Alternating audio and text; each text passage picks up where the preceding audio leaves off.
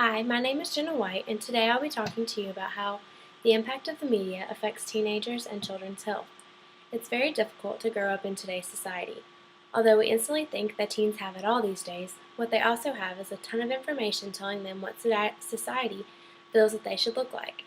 The internet and the increase of technology have contributed to the endless criticizing of idols thrown upon the sensitive minds of youth. Teens are subjected to countless advertisements per day, featuring models that are perfect, either with unattainable weight control, sultry sex appeal, or ridiculously muscular men with steel pistols for arms and abs. It is neither realistic nor kind to show teens that these are the standards of presentation, which are not just in the way that they dress, but also adding pressure that threatens their health and mental stability in a detrimental manner. The media's influence on one's behavior is both positive and negative. You think that the media doesn't influence your health life? Oh, come on, sure it does. The positive effects are surely celebrated by us, but the negative effects are not in favor whatsoever when it comes to a healthy society. That's where I come in. Today, I will discuss how, with the media's influence, people in today's society strive to maintain something that is and can be damaging not only to their health but also to one's mindset. To begin, I'd like to state that I think that the media is held responsible for the change in the eating habits of teenagers and the unhealthy lifestyle that they are adopting. Why, you ask? Well, because there are these junk food advertisements everywhere. There's no one advertising the benefits of eating fresh fruit every day, no one's promoting drinking 8 glasses of water daily, and the benefits of following a balanced diet are not being hyped anywhere. Media is exposing the masses to fast food products, canned foods, bad diets, and energy drinks. This is having an effect on children and teens, especially now, as stated by an article directory called Buzzle. Children and teens these days are growing up with low concern for their health and more concern for what tastes good. This is only going to have a negative effect on the generations to come. Not only is eating healthy not publicized, but no one's advertising exercise equipment and weight and fat loss programs like they should. This lack of physical activity leads to obesity problems, which leads me to my next argument. As I stated previously, the media's influence the public eye both positively and negatively. When it comes to obesity, times are changing. Although obesity is still viewed by the public as being a negative aspect of one's life, it is stated in an article written by a C2M columnist by the name of Nathan Almonds a little differently. Nathan Almonds writes, as our pop culture spotlight has begun to shine on various social justice issues, the idea of promoting positive self-image and confidence in young people has persuaded Hollywood, one of the world's worst offenders in the battle for common decency, to reimagine its depiction of these obese people.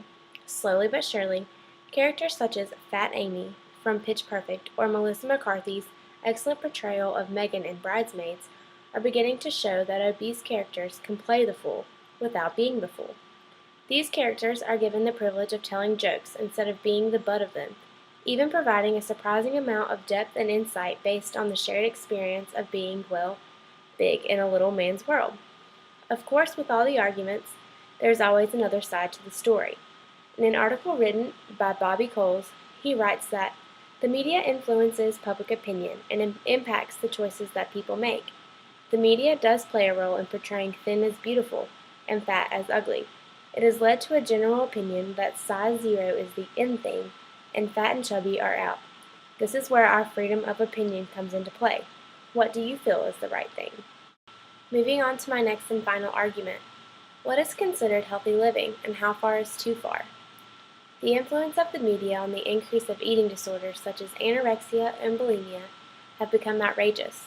From an early age, we are bombarded with images and messages that reinforce the idea that to be happy and successful, we must be thin. It is nearly impossible to open a newspaper or magazine, listen to the radio, shop at the mall, or even turn on the TV without being faced with the message that to be fat is to be undesirable. The most frightening part is that the destructive message is reaching children.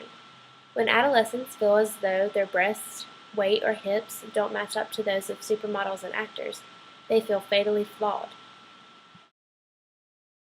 This is a picture of Kate Moss, a well-known English model who, according to a writer at The Telegraph, has encouraged young girls to become anorexic after having claimed she lives by the motto, "Nothing tastes as good as skinny feels."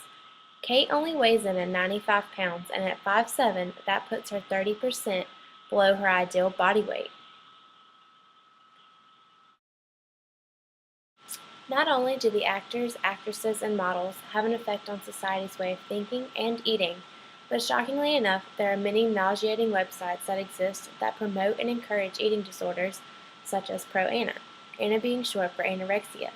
These destructive websites of the technological world contain thousands of skeletal female images labeled as beautiful, as well as horrifying twisted slogans such as "Pretty girls don't eat" and "Your stomach isn't growling, it's applauding."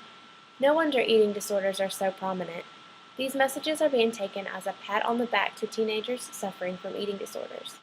In conclusion to my speech, I would like to state that sadly it would be nearly impossible to eliminate the glamorization of thin figures on television, film, and on the internet.